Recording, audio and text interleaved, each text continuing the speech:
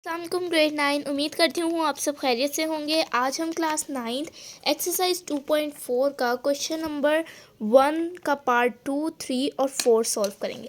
Question number 1 का part 1 हमने कर लिया था। पार्ट 2 और 3 और 4 आज की वीडियो में हम सॉल्व करेंगे।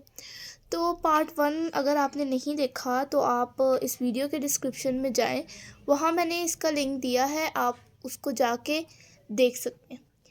तो अब यहाँ पर हम पार्ट 2 देख लेते हैं अपना क्या है।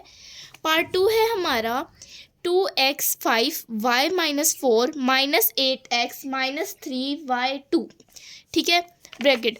अब यहाँ पर कोई साइन नहीं है, यानी ये दोनों मल्टीप्लाई हो रहे हैं। ये तो आप सबको पता है कि जब टू ब्रैकेट्स के बीच में कोई साइन नहीं होता यानी वो मल्टीप्लाई हो रहे हैं। तो इनको हमने सिंपली क्या करना है, मल्टीप्लाई करना है। तो यहाँ मैंने रीराइट कर लिया क्वेश्चन, जो सबसे इम्पोर्टेंट होता है बोर्ड के पेपर्स में भी। आपने जब अगर आप टाइम नहीं होता बोर्ड के पेपर्स में तो मिनिमम टाइम में आपने काफ़ी ज़्यादा क्वेश्चंस को सॉल्व करना होता है।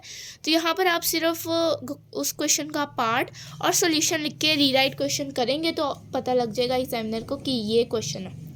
तो हमें पता लग गया कि ये क्वेश्चन है। अब हम इसको मल्टीप्लाई कर लेते हैं। पहले आप देखें, पहले हम x की वैल्यूज़ को एक तरफ लिख लेते हैं, एक ब्रैकेट में लिख लेते हैं, ताकि हमारे लिए मल्टीप्लाई करना आसान हो जाए। मैंने ये x की वैल्यूज़ लिख ली हैं और ये y की वैल्यूज़ y-4 y2, क्योंकि दो सिमिलर वैल्यूज़ थी y एक्स एक्स, तो हमने x को एक ब्रैकेट में लिख लिया है और y को एक ब्रैकेट में। इससे कोई फ़र्क नहीं पड़ता, बाद में जब ये मल्टीप्लाई होंगे तो वही आंसर आएगा जो इनके आंसर आने से मल्टीप्लाई होता है। बस ये इससे क्या होता है कि हमारा क्वेश्चन सिंप्लीफाई हो जाता है और इजी हो जाता है सॉल्व करने के लिए। अब हमने x की वैल्यूज़ को एक तरफ लिख लिया, 2x5 -8x-3 y-4 y2। ठीक है, y स्क्वायर जिसे आप कहते हैं। अब हम इसको पहले ब्रैकेट के अंदर सॉल्व कर लेते हैं, फिर हम मल्टीप्लाई करेंगे ताकि हमारे लिए मल्टीप्लाई करना आसान हो जाए। तो जब हम 2 को 8 से माइनस करेंगे तो हमारे पास आंसर क्या आएगा, 5x। नहीं, हमारे पास आंसर आएगा 6 7 8, यस 6x5। 5 -3 करेंगे तो हमारे पास क्या आंसर आएगा, 2 आंसर आएगा। ठीक है, 5 -3 करें तो हमारे पास 2 आंसर आता है। अब यहाँ पर हमने ये ब्रैकेट सॉल्व कर लिया है कि इसको मल्टीप्लाई करें। अच्छा, हमने इसको माइनस करना है 8 -6, लेकिन अगर आप देख रहे होंगे यहाँ पर हमारे पास ये मल्टीप्लाई हो रहा था और यहाँ पर भी ये मल्टीप्लाई हो रहा है, तो -8x इसकी अलग से पावर है। ये मैंने बस आपको सोचने के लिए बताया कि ये माइनस नहीं हो रहा, ये हमारे पास एक्चुअली मल्टीप्लाई हो रहा है। ठीक है, ये मल्टीप्लाई हो रहा है, ये आपने ख़ास ध्यान रखना है, क्योंकि हमने सिर्फ इस वैल्यू को इसके साइन के साथ हमने इधर शिफ्ट किया, तो ये इसका साइन है। ठीक है, ये इसके साथ शेयर नहीं हो सकता, तो ये हमारे पास मल्टीप्लाई हो रहा है। जैसे 2x5 y-4 यहाँ मल्टीप्लाई हो रहा था, तो हमारे पास क्या आ गया, 16x², क्योंकि 5 -3 हमारे पास कितना आता है, 2। ठीक है, प्लस पॉजिटिव साइन आएगा तो वो हम लिखते नहीं है, तो हमने ये लिख दिया। अब यहाँ पर जो चीज़ मल्टीप्लाई हो रही थी y-4 + 2, y-4 + 2, plus minus minus होता है और वैसे भी बड़ी वैल्यू का साइन लगेगा, तो -4 - 2 होगा तो 2 आएगा, तो -2 आ गया, y-2। यहाँ तक आपको समझ आ गई। अभी मल्टीप्लाई होंगे हमारे पास क्या आंसर आ जाएगा, अभी मल्टीप्लाई होंगे तो हमारे पास आंसर आ जाएगा 6x² y-2।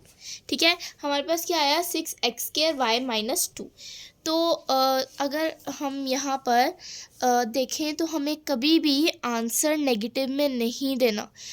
आपको कभी भी एक्सपोनेंट फॉर्म का क्वेश्चन आ जाए या सिंप्लीफाई आ जाएगा, simplify using exponents, laws of exponents, तो आपने कभी भी जो आंसर है वो नेगेटिव में नहीं लिखना। कोई भी ऐसा एक्सपोनेंट नेगेटिव में नहीं लिखना।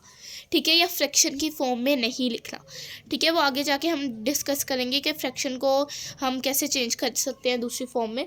तो कभी भी आपने आंसर फ्रैक्शन या नेगेटिव फॉर्म में नहीं लिखना, उसका एक्सपोनेंट की बात करी हूँ, आंसर की नहीं। तो हम 16x² ऊपर लिख लेंगे और डिवाइड करेंगे y2 से, क्योंकि ये ऊपर आके तो -y - 2 हो जाएगा ना, तो इसी तरह हम y2 से, तो ये हमारे पास क्या आ जाएगा, इसका आंसर। आई होप आपको यहाँ तक समझ आ गई होगी। अब हम इसका पार्ट 2 देख लेते हैं। पार्ट 2 हमारे पास है, पार्ट 3 हमारे पास है x-2 y-1 z-4 bracket -3 whole -3 है divided by x4 y-3 z0 whole bracket. यानी हमारे पास ये वैल्यू इस वैल्यू से डिवाइड हो रही है और ये होल में हमारे पास -3 पार इसकी -3 आ रही है। अब आप देखें तो हमारे पास इसको सॉल्व करने के दो मेथड है।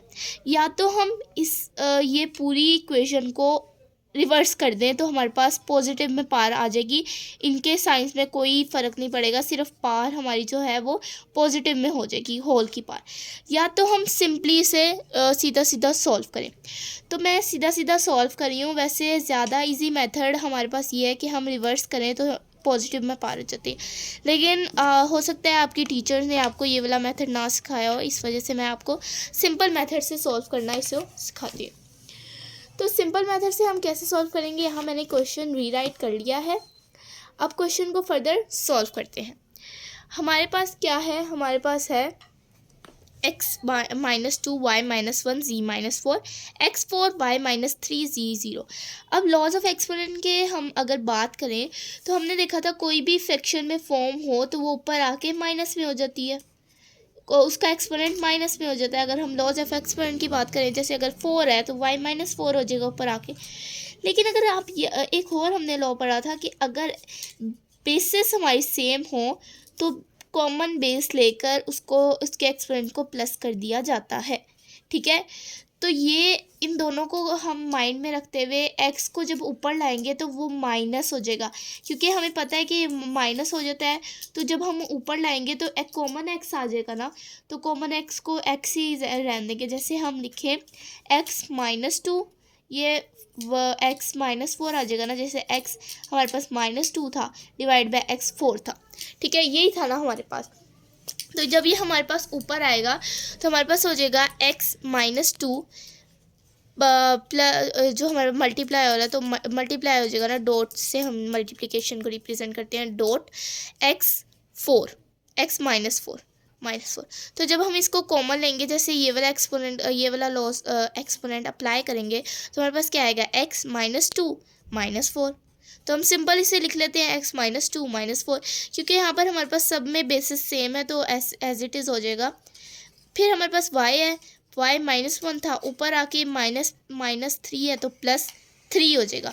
z-4 था, ये 0 है तो +0 है तो ये ऊपर आके -0 हो जाएगा और हमारी होल की पावर -3 एज इट इज़ रहेगी।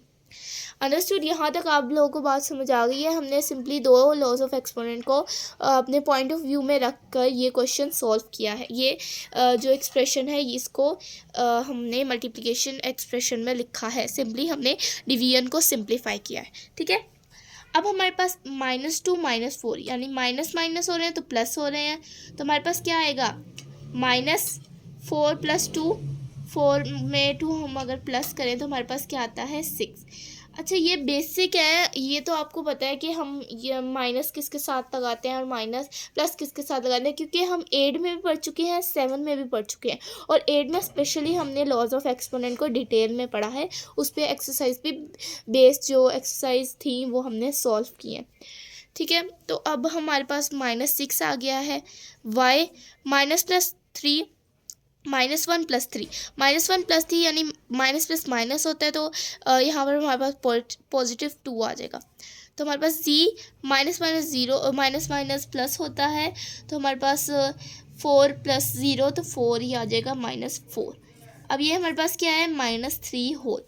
अब आपने एक और लॉ पढ़ा था कि जब दो जो है हमारे पास होल में पावर आ रही है, जैसे x2 + x5 है और हमारे पास 2 होल पावर है, तो वो ये वाली पावर इंडिविजुअली हर एक अंदर जो वेरिएबल के एक्सपोनेंट है उससे मल्टीप्लाई होगी।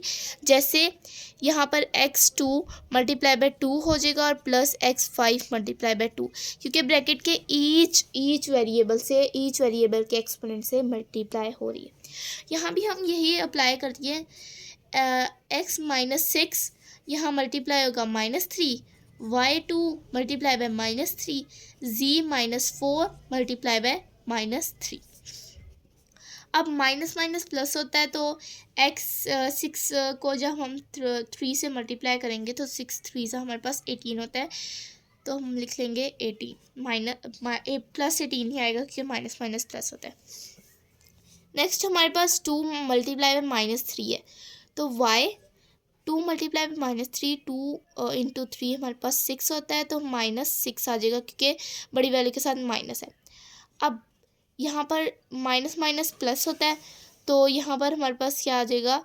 अच्छा, बड़ी वैल्यू के साथ नहीं देखेंगे क्योंकि हम इसे प्लस नहीं करें, हम मल्टीप्लाई करें हैं, तो जो हमारे पास कोफिशिएंट है उसके साथ जो हमारे पास यहाँ पर साइन है वो भी मल्टीप्लाई हो रहे हैं। जैसे प्लस माइनस माइनस होता है तो हमने माइनस रख दिया, और 2 को मल्टीप्लाई किया 3 से तो 6 आ गया।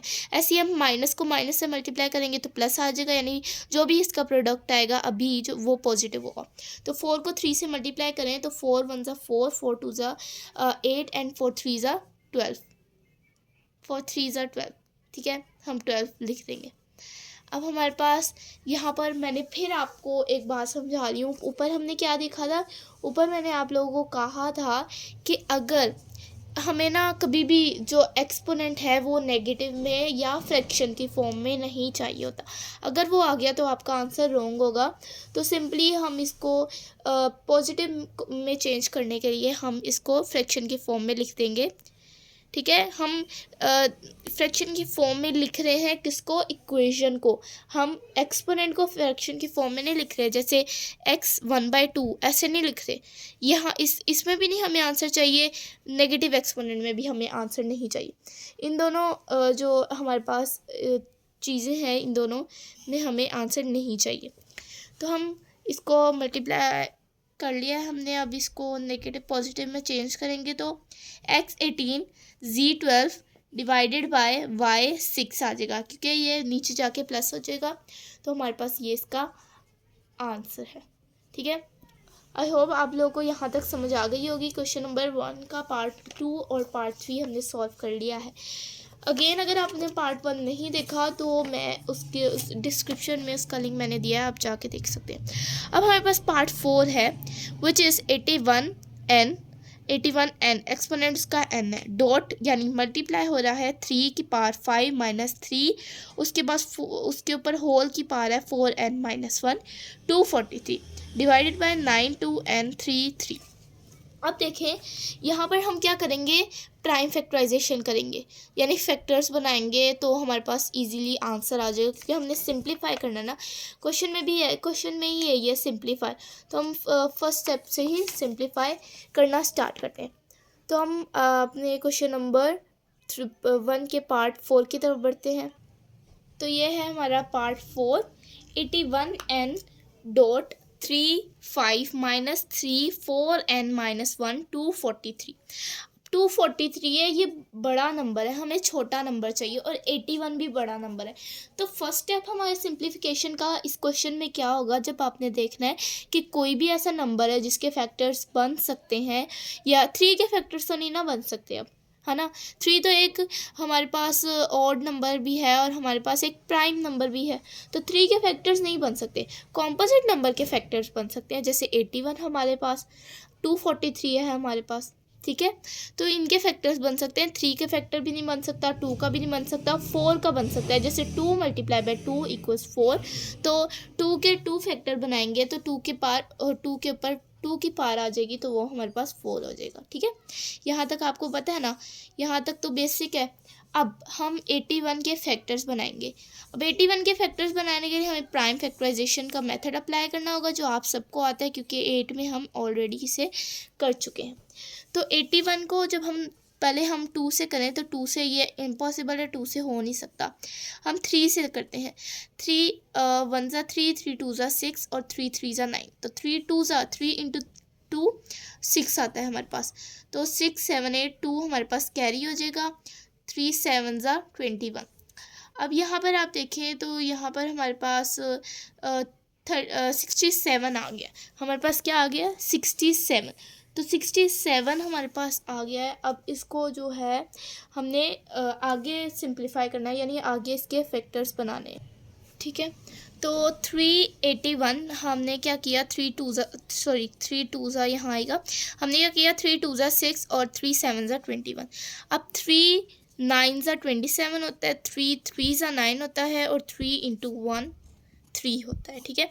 तो 3 के कितने फैक्टर्स आ गए हमारे पास 4, तो 3 की पावर क्या हो जाएगी 4, तो हमारे पास ये आ गया। अब हम इसको 81 की जगह पुट कर देंगे 3 4 और n as it is, dot यानी मल्टीप्लाई हो रहा है 3 5 से, -3 4n -1, ठीक है। हमारे पास क्या है 4n -1 और 243। अब 243 के हमने क्या बनाने हैं, फैक्टर्स बनाने हैं।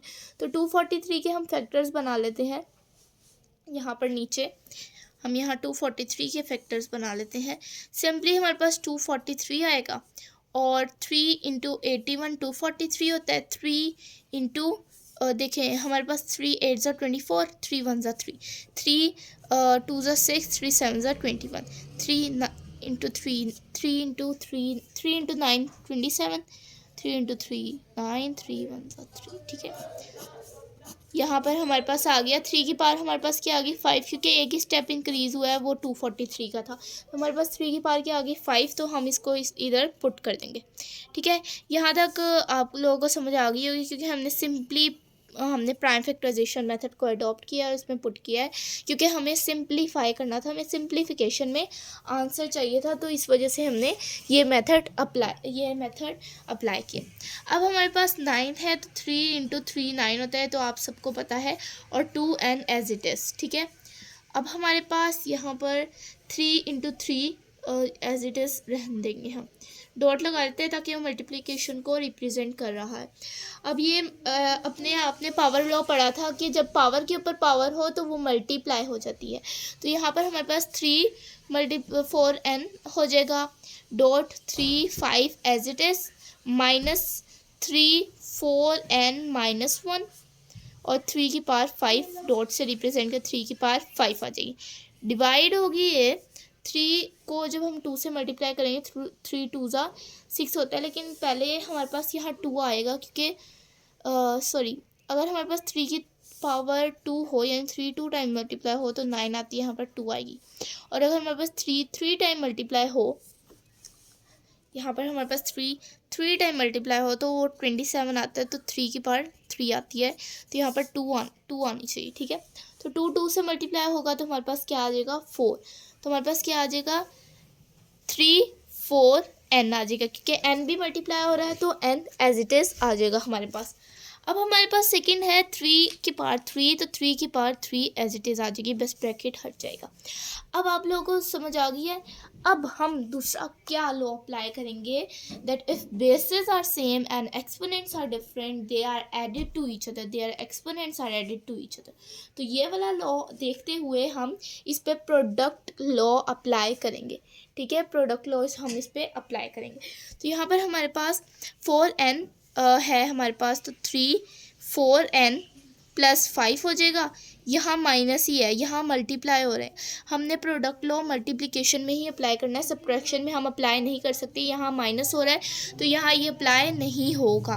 तो हमारे पास सिंपली क्या आ जाएगा 3 4n -1, यहाँ अप्लाई हो सकता है क्योंकि ये मल्टीप्लाई है, डॉट मल्टीप्लिकेशन को रिप्रेजेंट करता है, प्लस 5 आ जाएगा। अब डिवाइड होगा ये किससे 3 4n + 3, ठीक है, 3 4n + 3, क्योंकि ऐड हो जाएंगी ये एक्सपोनेंट में। अब हमारे पास यहाँ 3 4n + 5 एज इट इज़ आ जाएगा, -3 4n माइनस प्लस माइनस होता है, तो हमारे पास 4n + 4 आ जाएगा, ठीक है, डिवाइडेड बाय 3 4n + 3।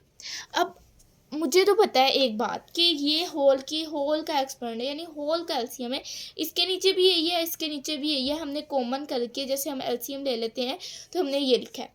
लेकिन आपकी आसानी के लिए मैं आप लोगों को एक मेथड एक स्टेप और इंक्रीज करवाऊंगी जो आपको हमेशा याद रखना है ये सॉल्व करते हुए कि जब हमारे पास नीचे पावर आ जाती है वो दोनों की होती है। तो ये अगर हमारे पास सिंगल पावर आ गई है ना तो अब दोनों कहेंगे नहीं ये मेरी भी है ये मेरी भी है, तो अब आधा आधा कर लेंगे हम इसे। नहीं, हम इसको इसकी पावर इसका डुप्लीकेट क्रिएट करके इसको इसकी जो डिनोमिनेटर है वो दे देंगे और इसको इसका डिनोमिनेटर दे देंगे। तो 3 4n + 5 का अपना डिनोमिनेटर आ जाएगा 3 4n, ये वाला 4n + 3, ठीक है। माइनस इन बिटवीन माइनस है तो 3 4n + 4 डिवाइडेड बाय 3 4n + 3। अगर आप देखें तो अगर आप इसका एलसीएम लें, क्योंकि हम इस पोजीशन में अगर हमारे पास बीच में प्लस या माइनस होता है, हम बीच में हमारे पास प्लस होता है या माइनस होता है, बीच में हमारे पास प्लस या माइनस होता है, हम एलसीएम लेते हैं, ठीक है, हम एलसीएम लेते हैं, राइट। तो अगर हम इसका एलसीएम लेंगे तो ये कॉमन आके ये आ जाएगा, क्योंकि ये सेम है तो ये एज इट इज़ आ जाएगा। तो हमने बस इसको इनका एक्सपेरेंट दे दिया ताकि हम माइनस कर सकें। तो 3 4n + 5 -4n - 3 माइनस हो जाएगा 3 4n + 4, ये ऊपर आके माइनस हो जाएंगे 4n, ये भी माइनस हो जाएगा तो -3, ये तो आप सबको पता है। अब 4n - 4n कट जाएगा और यहाँ पर भी 4n - 4n हमारे पास सब्ट्रैक्ट हो जाएंगे, तो हमारे पास 3 की पावर 2 बच जाएगी, क्योंकि +5 और -5 मैंने आपको पिछली क्वेश्चन सॉल्व करते हुए भी बताया था कि हमारे पास +5 और -2 -3, तो हमारे पास क्या आता है 2, बड़ी वाले वाला साइन लगेगा तो प्लस, ठीक है। तो +2 आ गया, -3 आ जाएगा, क्योंकि +4 - 3 क्या हो जाएगा हमारे पास, +4 - 3 हमारे पास हो जाएगा 1, जो हम लिखते नहीं है, +1 जो हम लिखते नहीं है। अगर -1 होता तो वो हम लिखते हैं, लेकिन +1 हम नहीं लिखते, तो हम एज इट इज़ इसको अभी लिख लेंगे। तो हमारे पास क्या आ जाएगा 3 2 -3। अब 3 2 को हम सिंप्लीफाई करें तो ये 9 आता है, -3 9 - 3 करेंगे तो 6 हमारे पास आंसर आ जाएगा इसका, ठीक है। 6 हमारे पास इसका क्या है आंसर। तो आई होप आपको समझ आई होगी। एक दफ़ा ओवरव्यू कर लेते हैं हमने क्या किया इस क्वेश्चन में। 81n था, हमने इसकी प्राइम फैक्टराइजेशन करके 3 फैक्टर बना लिए, 3 के 4 फैक्टर्स बना लिए, जिसको हमने एक्सपोनेंट की मदद से रिप्रेजेंट किया ताकि हमारा क्वेश्चन सिंप्लीफाई करना आसान हो जाए। डॉट रिप्रेजेंट करता है मल्टीप्लिकेशन, 3 5 आ गया, -3 4n - 1 एज इट इज़, और 243 के हमने फैक्टर्स बना के 3 को 5 से रिप्रेजेंट कर दिया। नीचे भी हमने ये किया, क्योंकि 3 को 3 से मल्टीप्लाई करें, यानी 3 को 2 टाइम्स मल्टीप्लाई करें तो 9 आ जाता है। तो हमारे पास 3 को 2 से हमने पावर से रिप्रेजेंट कर दिया और 2n बाहर लिख लिया जो इधर पावर थी। अब 3 को 3 से किया, फिर हमने नीचे इसको पावर लॉ अप्लाई करके इसको क्या किया, हमने सिंपली पावर लॉ अप्लाई करके इसको जो है इसके एक्सपोनेंट को लिख लिया। जैसे 3 4n 4 और मल्टीप्लाई हो रहा था n से 4n आ गया, 3 5 -3 4n - 1, क्योंकि यहाँ पर मल्टीप्लाई हो रहा था तो 3 5 आ गया, डिवाइड बाय 3 4n डॉट 3 की पावर 3 4n + 5 -3 4n - 1 + 5 यहाँ क्यों आया, क्योंकि हम यहाँ इसको जो है इसको प्लस कर दिया, क्योंकि हमने एक्सपोनेंट का लॉ पढ़ा था, if bases are same and exponents are different their exponents are added to each other. तो इनके बेसिस सेम थे, इनके एक्सपोनेंट डिफरेंट थे, तो इनके एक्सपोनेंट आपस में ऐड हो गए। तो हमने इसको ऐड कर दिया +5, क्योंकि माइनस था तो हम ये सिर्फ प्रोडक्ट लॉ के यानी सिर्फ मल्टीप्लिकेशन के लिए है ये लॉ, तो माइनस के लिए नहीं था, तो माइनस एज इट इज़ आ गया। हमने सिर्फ जहाँ मल्टीप्लाई हो रही थी 2 वैल्यूज़ वहाँ ये लॉ अप्लाई किया। अब 3 4 यहाँ पर भी मल्टीप्लाई हो रही थी तो हमने यहाँ भी प्लस कर दिया। अब हमने क्या कहा कि ये वाला स्टेप हमारा थोड़ा सा डिफ़िकल्ट था, यहाँ से आपको इशू आया होगा। हमने क्या कहा कि ये कॉमन डिनोमिनेटर है, यानी इसका भी है इसका भी है, तो हमने एक और स्टेप इंक्रीज़ करके इसको इसका डिनोमिनेटर दे दिया और इसको इसका डिनोमिनेटर दे दिया ताकि इन दोनों के बीच में लड़ाई ना हो। फिर हमने इसको ऊपर लाए तो ये -4n - 3 हो गया और यहाँ पर भी माइनस हो गया क्योंकि ऊपर जो लाते हैं। फिर हमारे पास 3 की पावर 2 आ गई -3, इसको सिंप्लीफाई किया तो 3 2 टाइम मल्टीप्लाई हुआ 9 आ गया, -3 = 6 हमारे पास क्या आ गया आंसर आ गया। ठीक है, आई होप आप लोगों को यहाँ तक समझ आई होगी। आज के लिए बस इतना ही। हमने क्वेश्चन नंबर 1 कंप्लीट कर लिया है। Part 2 part 3 part 4 even part 1 हमने पिछली वीडियो में कर लिया था। अगर आपने वो वीडियो नहीं देखी तो इस वीडियो के डिस्क्रिप्शन में मैंने इसका लिंक डाला है, आप जाएँ और जाके वो देखें। अल्लाह हाफिज़।